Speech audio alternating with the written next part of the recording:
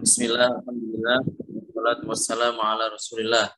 Allahumma la sahla illa ma ja'altahu sahla, wa anta ya hayyu ya qayyum, taj'alul hazna idza syi'ta sahla. Allahumma arzuqal ikhlas fil qawli wal amali wan niyyah. Udzakirukum wa udzakir nafsi. Udzakirukum wa udzakir nafsi bi ikhlasin niyyati lillahi tabaraka wa ta'ala. Kita akan melanjutkan kajian kita tentang masalah pernikahan. Alhamdulillah kemarin kita sudah menjelaskan permasalahan mengenai khitbah. Khitbah dengan kasroh kha artinya adalah peminangan atau lamaran. Kita sudah jelaskan pada pertemuan sebelumnya. Kali ini kita akan membahas mengenai pengertian nikah ya, sebelum menjelaskan mengenai dasar hukum dan juga hal-hal terkait permasalahan pada saat akad nikah. Nikah sendiri itu pengertiannya adalah akad yang terkandung di dalamnya bolehnya waqo, hubungan badan suami istri dengan menggunakan lafal yang diambil dari kata inkah atau menikahkan, dan juga tazwij atau mengawinkan dan terjemahannya. Kalau di buku yang lama ini halaman 35, kalau di buku yang baru sekitar halaman 37, selisih 2 halaman, sekitar segitu. Seperti biasa, mari kita menghadirkan niat dalam hati kita mencari ridho Allah Subhanahu wa taala ya, dengan mendengarkan dan mengikuti kajian ilmu agama. Jadi nikah pengertiannya adalah akad yang terkandung di dalamnya bolehnya berhubungan badan. Jadi setelah terjadinya akad ini, maka hubungan badan yang asalnya haram menjadi boleh. Laki-laki setelah dia mengucapkan qabiltu nikahaha wa tazwijaha bil mahril madhkur, yang artinya saya terima nikahnya fulanah binti fulan dengan mas kawin sekian-sekian yang telah disebutkan. Nah, setelah mengucapkan itu, maka perempuan yang sebelumnya ini haram berhubungan badan dengannya, maka hubungan badan tersebut menjadi boleh. Nah, itulah yang dimaksud dengan nikah. Akad yang terkandung di dalamnya bolehnya hubungan badan suami istri, dan akad ini dengan menggunakan redaksi inkah. Ya, inkah ankah tuka, atau saya nikahkan Anda, atau tazwij zawajtuka, saya mengkawinkan Anda. Ya, jadi bisa bahasa Arab atau terjemahannya bahasa Indonesia ataupun ke bahasa yang lain. Dan dasar hukum nikah ini diantaranya adalah firman Allah Subhanahu wa taala di surat An-Nisa ya. Allah Subhanahu wa taala berfirman, "Fankihu ma qaba lakum minan nisa'i matsna wa tsulatsa wa ruba'." Jadi nikahilah wanita yang bagus untuk kalian 2, 3 ataupun 4. Dan dari ayat ini kita bisa mengambil kesimpulan ya, para ulama menjelaskan bahwasanya laki-laki itu boleh ya menikah dengan 3 orang perempuan, 2 orang perempuan, atau 4 orang perempuan dalam satu waktu. Ya, maksudnya punya istri sebanyak yang tadi telah disebutkan dalam satu waktu, hukumnya boleh. Tapi masalah akadnya tentunya harus tidak berbarengan, tapi bergantian. Jadi akad dengan fulanah A, kemudian dengan fulanah B, dan begitu seterusnya. Ini jika merdeka, maka punya kesempatan seperti itu. Nah, intinya adalah dari ayat ini hukum nikah itu boleh. Kemudian dalam sabda Rasulullah SAW, tanakahu fa inni mukatsirun bikumul umama yaumil qiyamah. Tanakahu, menikahlah kalian, fa inni, karena Rasulullah SAW mukatsirun bikumul umam. Jadi beliau ini mengungguli umat-umat lainnya ya pada hari kiamat dengan banyaknya jumlah umat. Ini adalah hadis yang menjelaskan tentang bolehnya menikah. Hadis ini riwayat Imam Al-Bukhari. Kemudian juga ijma ya, kesepakatan para ulama bahwasanya menikah ini hukumnya adalah boleh. Jadi dari sini kita paham bahwasanya menikah ini hukumnya adalah sunnah. Bagi siapa? Bagi orang laki-laki yang mempunyai hajat untuk berhubungan badan suami istri dan mempunyai bekal terkait untuk permasalahan nikah. Jadi kalau memang cukup bekalnya, modalnya untuk mahar, pakaian semusim, nafkah, dan seterusnya, maka di sini boleh atau sunnah bagi laki-laki untuk melakukan pernikahan. Namun jika tidak ada keperluan, tidak ada hajat untuk hubungan badan, jadi tidak ada keinginan untuk melakukan hubungan biologis, kebutuhan biologisnya tidak ada, maka di sini tidak disunahkan. Dan jika tidak mendapati bekal terkait nikah, maka di sini hukumnya menjadi makruh. Jadi kalau memang tidak ada keperluan, tidak ada kebutuhan biologis, bekal juga tidak ada, maka menikah ini hukumnya adalah makruh. Ya. Atau mungkin punya kelainan yang mencegah hubungan badan, seperti laki-laki ya impotensi misalnya, maka di sini juga hukumnya makruh. Seperti itu. Bagaimanakah sebaiknya orang yang tidak punya kebutuhan biologis, tapi dia punya bekal, punya modal, punya dana, punya harta untuk menikah, dan juga tidak punya kelainan. Kalau yang kita sebutkan di atas tadi kan tidak ada keperluan biologis, ya, dan tidak punya bekal. Nah, di sini hukumnya makruh. Bagaimana kalau orang tidak punya kebutuhan biologis, nggak kepengen, ya, tidak ingin hubungan badan, tapi dia punya bekal, punya modal, dan dia tidak punya kelainan, normal, ya, cuman dia nggak kepengen. Bagaimana? Maka di sini yang diutamakan adalah memperbanyak ibadah, menyibukkan diri dengan ibadah. Jika memang dia senang ibadah, maka di sini diutamakan untuk beribadah. Namun jika memang tidak ya biasa jadi tidak ahli ibadah, ya, di sini lebih diutamakan untuk menikah.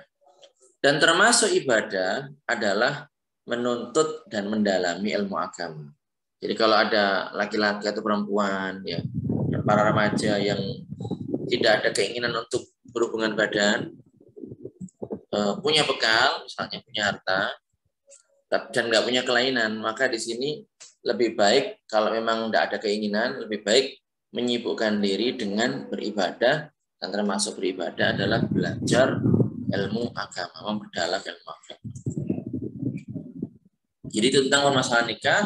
Nah, dalam akad nikah ini perlu banyak kehati-hatian, perlu sikap hati-hati dan teliti, bahkan lebih dibandingkan dengan akad-akad yang lainnya, akad jual beli, akad sewa menyewa.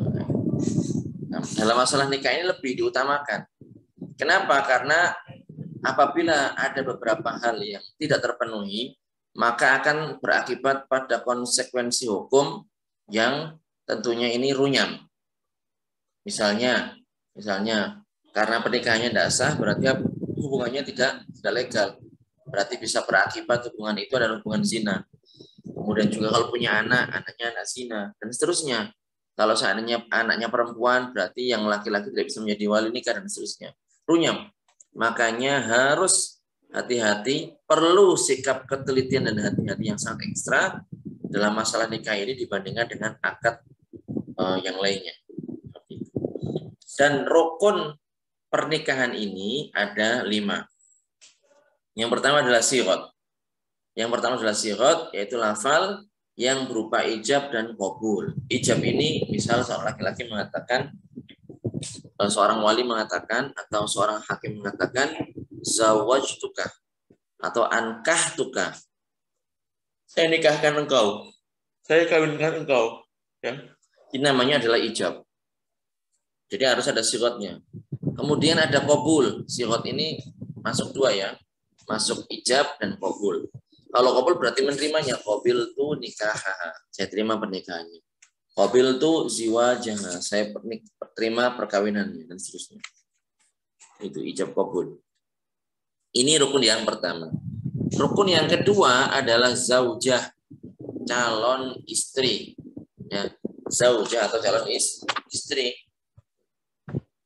Kemudian, dan calon istri berarti perempuan ya. Ini karena sedang viral ini, ada kasus di daerah Jambi sana, perempuan dinikahi oleh perempuan yang menyamar menjadi laki-laki. Waliyadzubillah. Dan baru ketahuan 10 bulan setelah masa pernikahan. Ketahuan kalau suaminya adalah perempuan. Lah ini hati-hati, nggak sah pernikahannya. Atau kemarin beberapa waktu yang lalu ada laki-laki di daerah saya, daerah Gresik itu menikahi kambing. Nah, ini juga tidak sah kayak gini, hal semacam ini. Atau di luar negeri orang-orang menikahi tembok, menikahi manekin dan seterusnya, itu tidak sah kayak gitu. Yang ketiga adalah dua saksi, saksi, ya, dua saksi yang adil, ya, yang muslim, nanti akan ada perinciannya. Yang keempat adalah calon suami. Jadi harus ada calon istri, ada calon suami. Tidak sah kalau seandainya menikahi laki-laki menikahi laki-laki, kan ada ini. Ada laki-laki menyamar menjadi perempuan atau perempuan menyamar menjadi laki-laki. Waliyadzubillah. Kemudian yang kelima adalah wali. Adanya wali, ya. Ada wali. Ya, jadi seperti itu. Ini adalah 5 rukun akad nikah. Saya ulang, yang pertama sighah, lafal yang berupa ijab dan qabul. Kemudian calon istri, 2 saksi, calon suami, dan juga wali. Dan di sini yang mengucapkan sighah, ijab qabul adalah calon suami dan walinya. Calon suami dan walinya. Jadi suami berjabat tangan dengan wali dari mempelai putri, kemudian mempelai putri, wali dari mempelai putri mengatakan zawajtuka binti fulanata misalnya, bimahri kadza halan misalnya. Ini harus hati-hati ya kalau misalnya belajar bahasa Arab, nanti harus benar itu bacanya. Jangan yang harusnya halan nggak pakai tasydid kemudian dibaca halan, bukan, tapi halan. Benar itu, bukan halan, bukan. Jadi kadang orang sakit semangatnya menjadi seperti itu. Jadi yang benar halan, kontan, bukan halan, bukan halan. Kalau halan lain lagi mananya, seperti itu.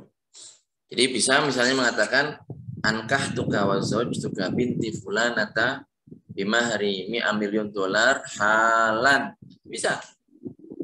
Jadi saya nikahkan Anda dengan putri saya bernama Fulana dengan mas kawin $1 juta misalnya halan, dibayar kontan. Seperti itu. Bukan halan. Ini harus hati-hati. Nggak malu-maluin.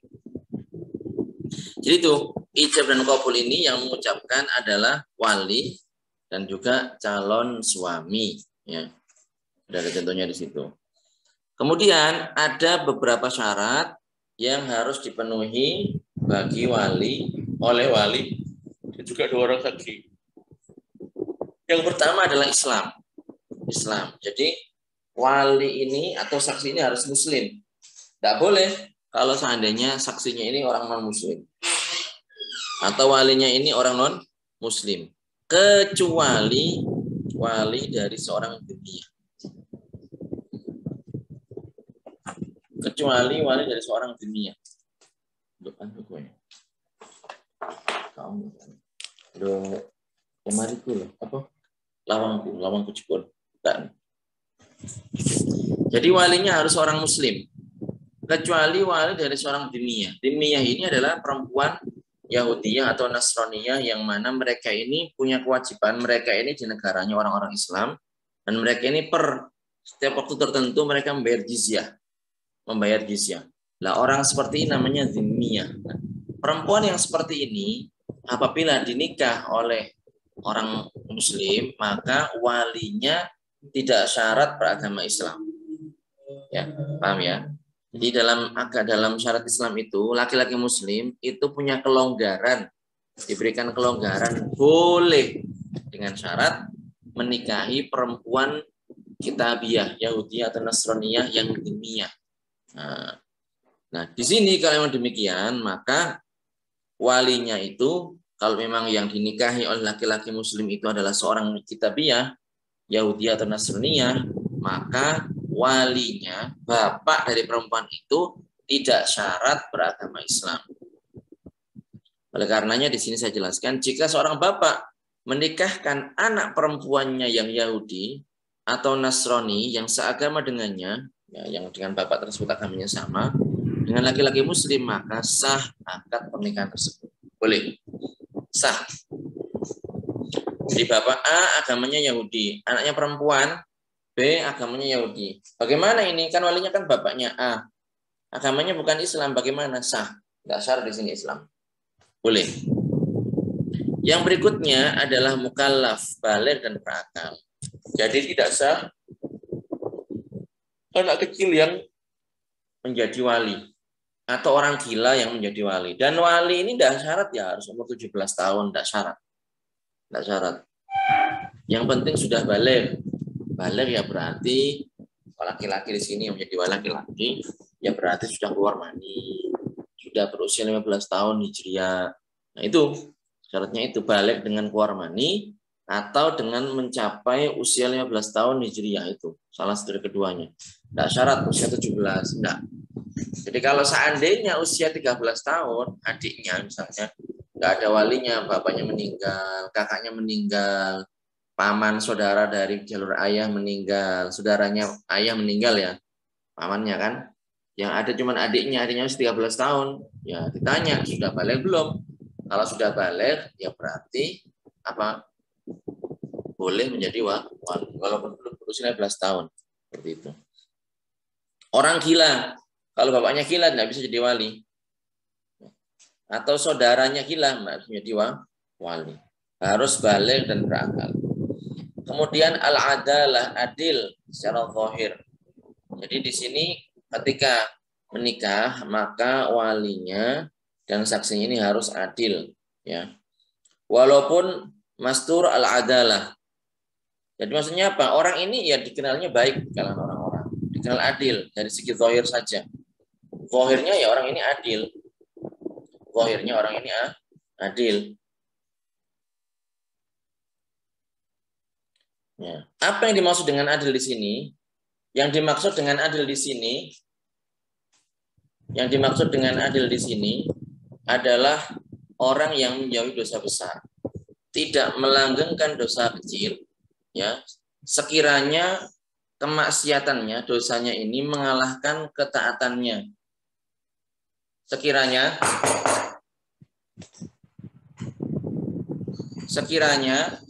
ya kemaksiatannya ini mengalahkan ketaatannya, ya.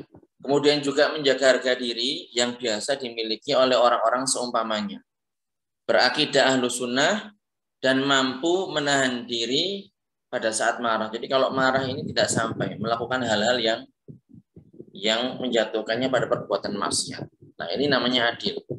Kemarahan tersebut tidak sampai menghantarkan pada perbuatan maksiat. Orang yang seperti ini disebut dengan orang adil. Jadi saya ulang, adil adalah orang yang menjauhi dosa besar, tidak zina, tidak minum khamr, tidak lari dari peperangan, tidak makan harta riba, tidak ada kepada kedua orang tua, dosa besar. Juga tidak melakukan dosa kecil sehingga maksiatnya ini mengalahkan ketaatannya.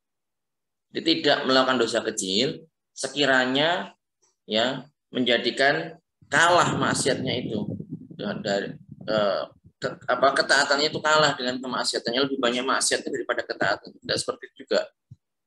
Karena kalau orang misal dia melakukan perbuatan dosa kecil dan ternyata karena banyaknya dosa kecil itu sehingga mengalahkan ketaatannya, maka dalam kondisi tersebut orang ini terjatuh kepada perbuatan dosa besar.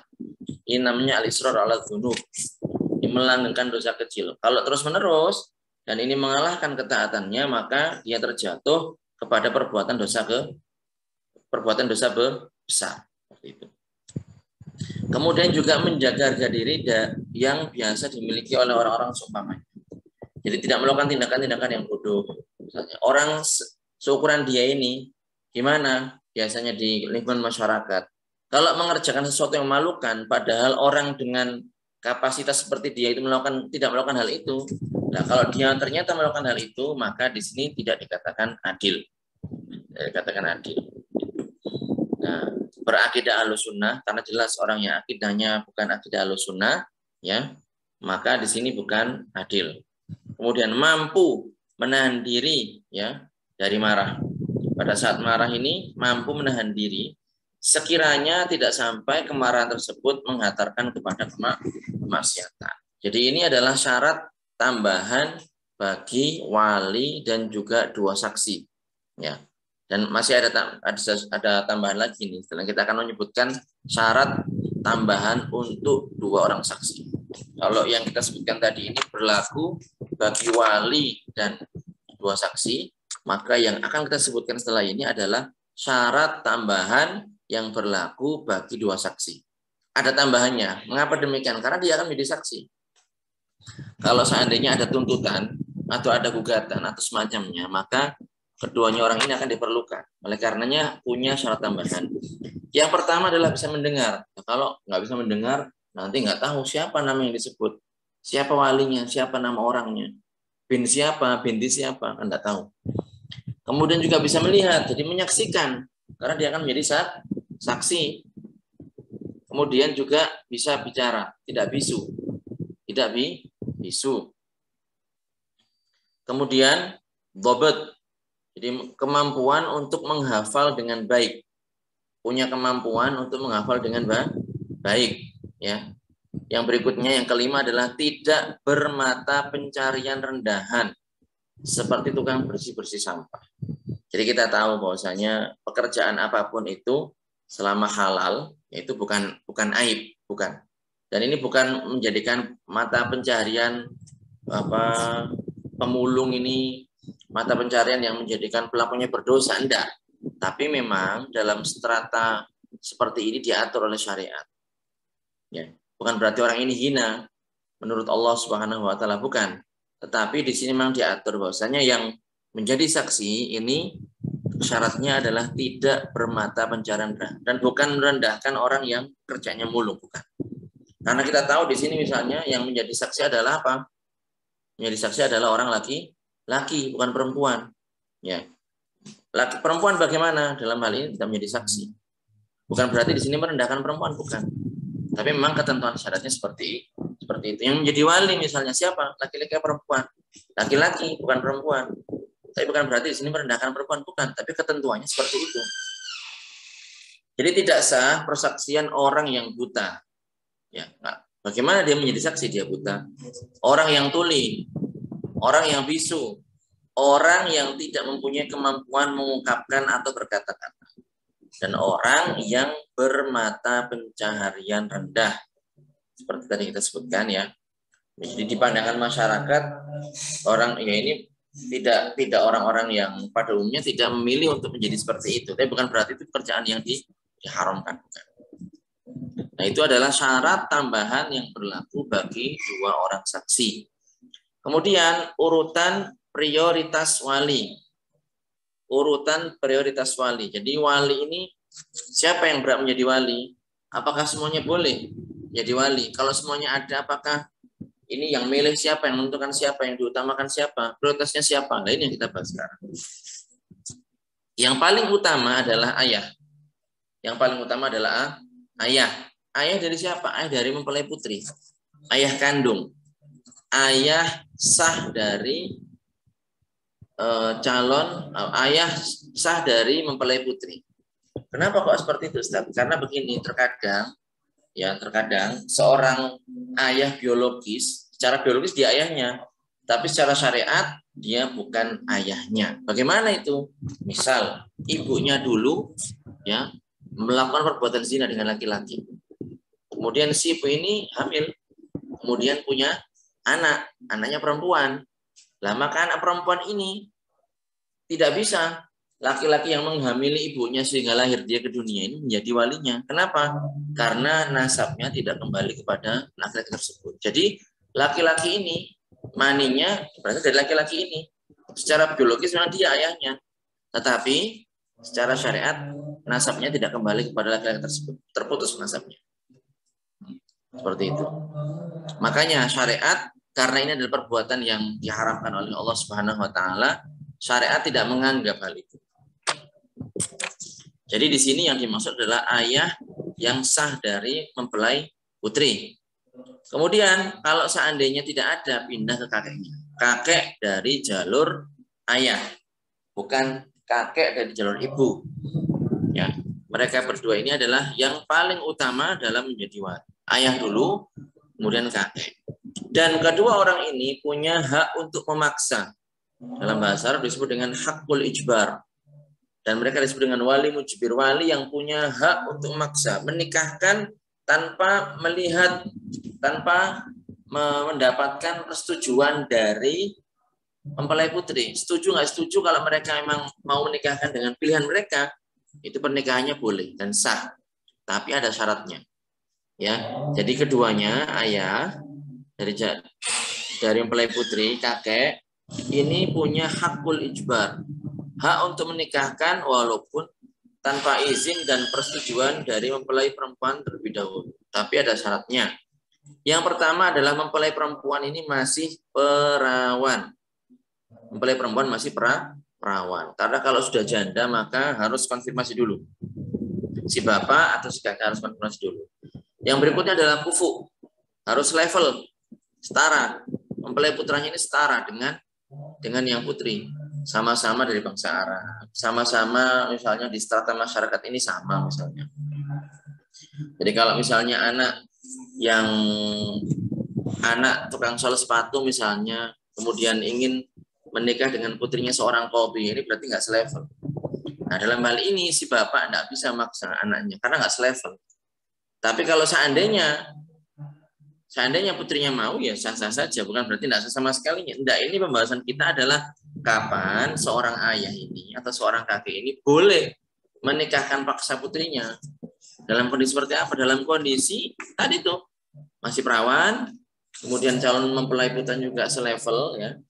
Tidak ada permusuhan nyata antara mempelai putri dengan ayah atau kakek, dan juga tidak ada permusuhan yang nyata antara mempelai putri dan mempelai putra, dan yang terakhir adalah harus mendapatkan mahar mithil, jadi mahar yang semisal, yang layak bagi perempuan tersebut, yang itu ukurannya melihat memperhatikan dari kerabat-kerabat perempuan dari mempelai putri, dan dibayar seketika, tidak kurang dari mahar yang sebanding, bukan hutang dan bukan menjadi tanggungan suami, tapi harus dibayar secara kontan. Kalau memang seperti itu, maka bapak atau kakek punya hak untuk memaksa putrinya atau cucu perempuannya menikah dengan laki-laki tersebut. Seperti itu.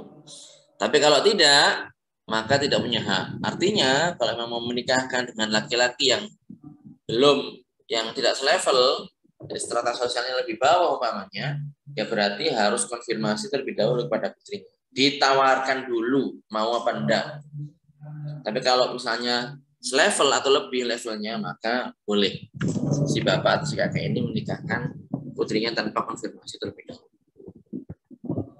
Kemudian setelahnya saudara laki-laki kandung. Saya seibu ya. Boleh kakak, boleh adik. Tapi ini ada urutannya. Kalau seandainya alim semua berarti yang paling tua. Kalau seandainya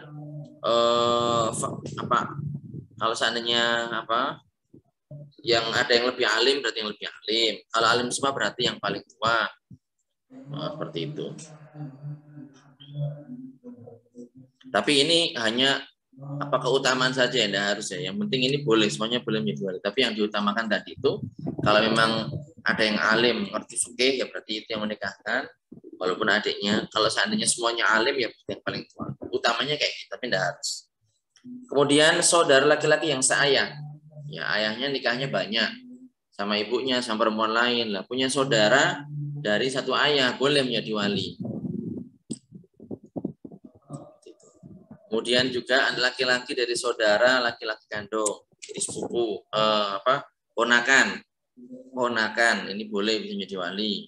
Kemudian juga ada laki-laki dari saudara laki-laki yang seayah, ponakan juga. Kalau di ponakan kandung, ini ponakan dari saudara yang seayah, atau saudara kandung ayah, paman, boleh juga.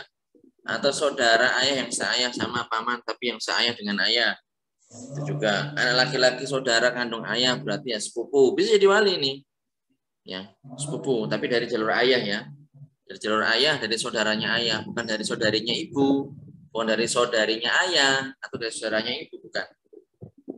Kemudian yang ke-10 anak laki-laki saudara ayah yang seayah sama, tapi turunannya saja.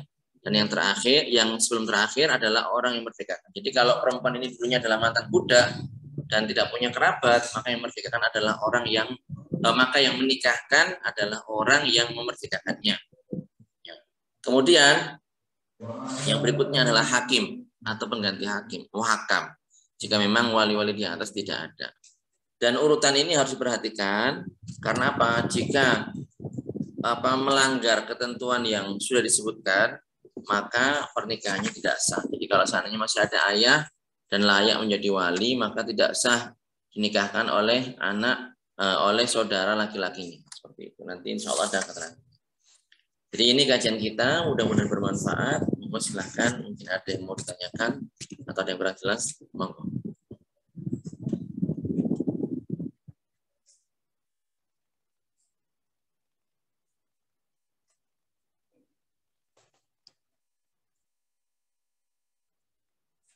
Afan Ustadz izin live dulu, oke silahkan. Monggo.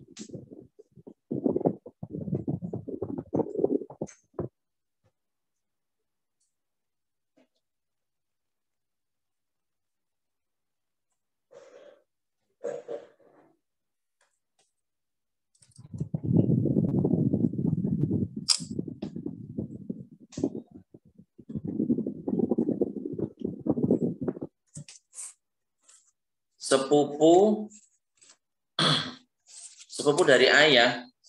Sebentar, sepupu dari ayah. Ini gimana maksudnya? Sepupunya ayah atau bagaimana ini? Kalau sepupu dari ayah dengan pengertian anak dari saudaranya ayah, boleh. Kalau memang itu yang dimaksud, itu boleh. Jadi sepupu dari ayah kalau memang dimaksud adalah saudara anak laki-laki saudara kandung ayah, boleh. Anak laki-lakinya paman. Oke. Ya, kalau itu boleh. Jadi anak laki-laki dari saudaranya ayah boleh. Kan itu tadi poin yang nomor 9 ini atau nomor 10. Boleh jadi wali. Tetapi ini ketika yang sebelum-sebelumnya tidak ada, pindah ke situ. Kecuali kalau mau mewakilkan. Kan kadang ada orang kan anaknya pengen dinikahkan oleh gurunya, ya berarti nanti di sini pihak ayah mewakilkan kepada sang guru tersebut. Ada syekh misalnya datang ke situ pengen dinikahkan sama syekh lah, ada syekh misalnya. Ya berarti nanti walinya mewakilkan kepada syekh tersebut. Jika walinya fasik, bukan fasik apa fasik ini? Fasik, pakai qaf. Jika walinya fasik, apakah boleh digantikan dengan wali hakim? Enggak langsung ke wali hakim, tetapi ikut urutan yang sudah kita sebutkan tadi. Kalau yang masih ada ya berarti itu. Baru kalau semuanya tidak ada, baru ke hakim. Jadi ayahnya fasik pindah kakek fasik pindah ke saudara fasik pindah ke mana anak laki-laki dari saudara, terus sampai semuanya dirunut itu. Kalau seandainya masih ada ya berarti itu. Kalau memang tidak ada baru hakim. Terakhir hakim.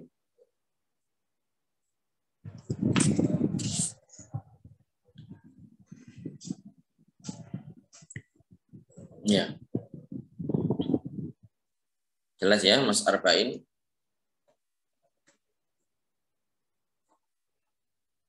Next. Barakallahu fikum.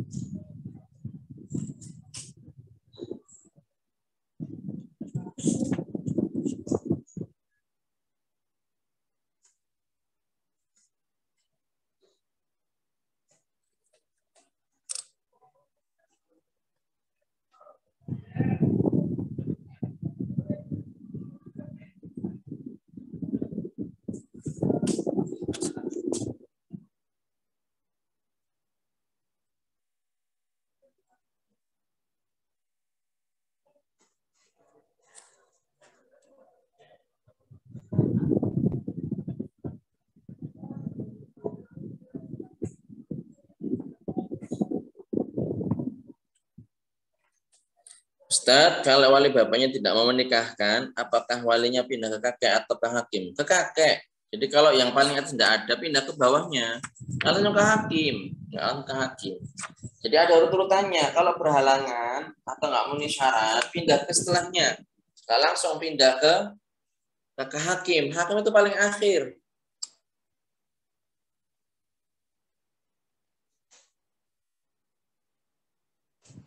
Gitu.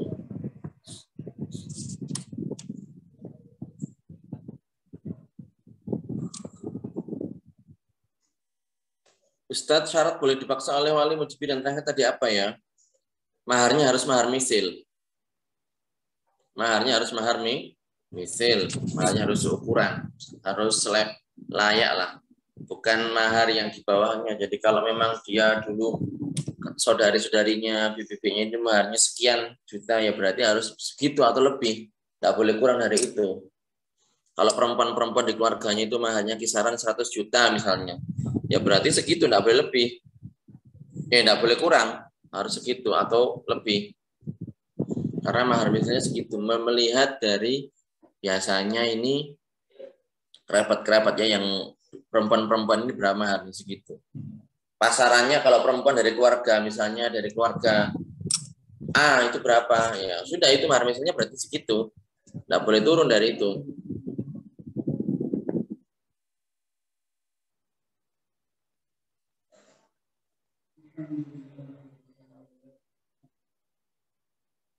Jelas?